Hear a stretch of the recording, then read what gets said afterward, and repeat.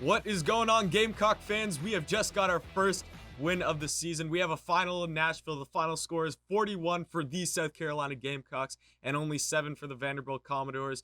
Welcome to the Touchdowns to Home Runs Gamecocks postgame show. I'm your host, Noah.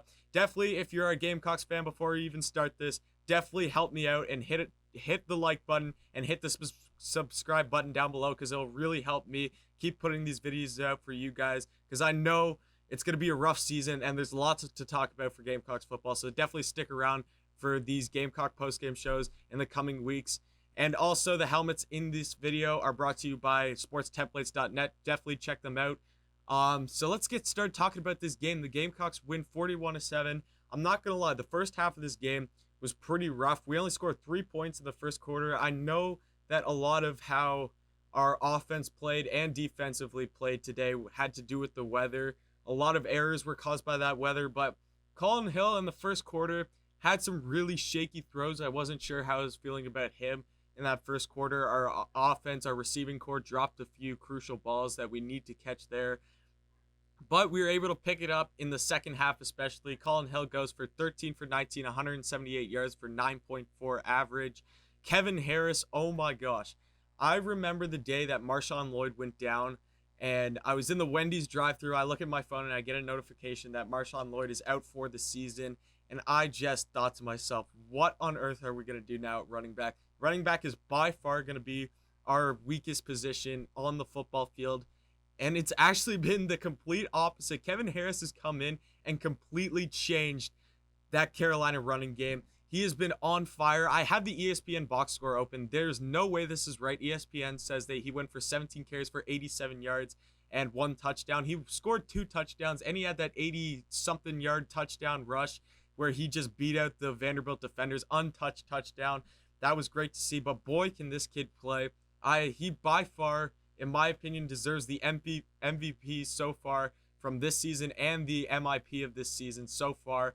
After you take into account these 3 games, Kevin Harris has played lights out for the Gamecocks and an absolutely crucial player on this offense. We got to see also on our offense, Dak Joyner got in and rushed for a touchdown. I love seeing him in. He went 47 yards on that play. That was great for him to see him get into the game and then go and make an athletic play like that. Nick Muse had a pretty good game. 5 receptions for 85 yards for 17-yard average and a long of 32. Shi Smith, though, he had a rough game. He was leading the SEC in receptions and then also was leading the whole nation in catches per game. He had 11 per game and he had 22 total. He was only able to put up 2 receptions today for 34 yards, so that was kind of rough to see him. Xavier Legette made a nice diving catch for a first down. I remember that. He went for 2 for 30 yards. Kevin Harris got 4 receiving receptions out of the backfield for 29 yards. Overall, if you want to look at the defensive side of the ball, it was okay. I think, we held them to 7 points. Obviously, in that first quarter, you had the missed field goal, and then they blew one on 4th down. The MVP of the defense so far, guaranteed, Ernest Jones. He had a huge game today. He was able to go out there and make some big plays, especially that one in 4th down. That was a huge play for the Gamecocks, stopping the Commodores inside the 5-yard line with that big tackle. He has had a lights-out game today and a lights-out season. So really good sign of what we're seeing from him. The secondary, again, lots and lots of rough just errors in the secondary. John Dixon's having a really rough season for that South Carolina secondary. There are a bunch of other guys. J.C. Horn could have had his first interception ever in college football. He missed that today. He had a chance at a one-handed grab. He wasn't able to make that, but we had Cam Smith come up with an interception late in the game.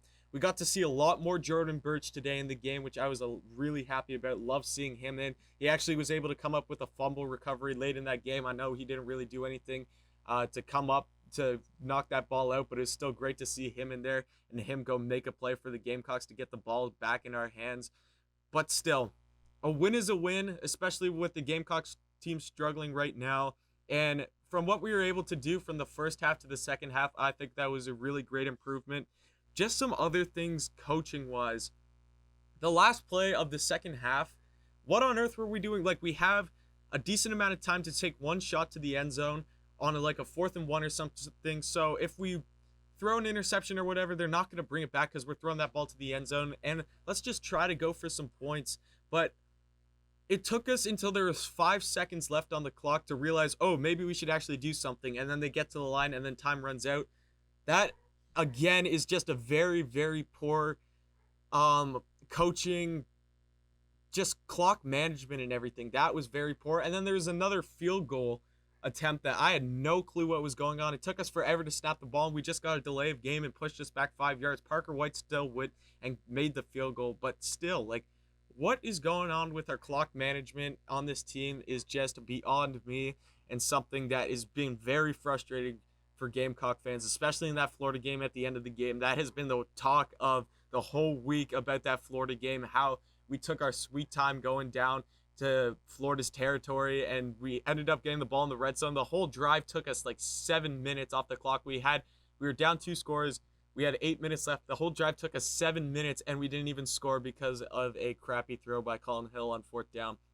But I've been very impressed with what I've seen from Colin Hill. Colin Hill earned my respect today because of one play specifically.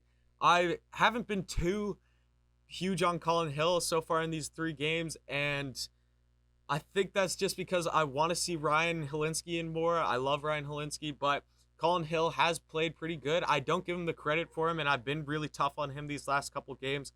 But he earned my respect today because for that Dak Joyner touchdown, you saw that 47-yard rush. Who did I see downfield trying to throw blocks and everything? Colin Hill.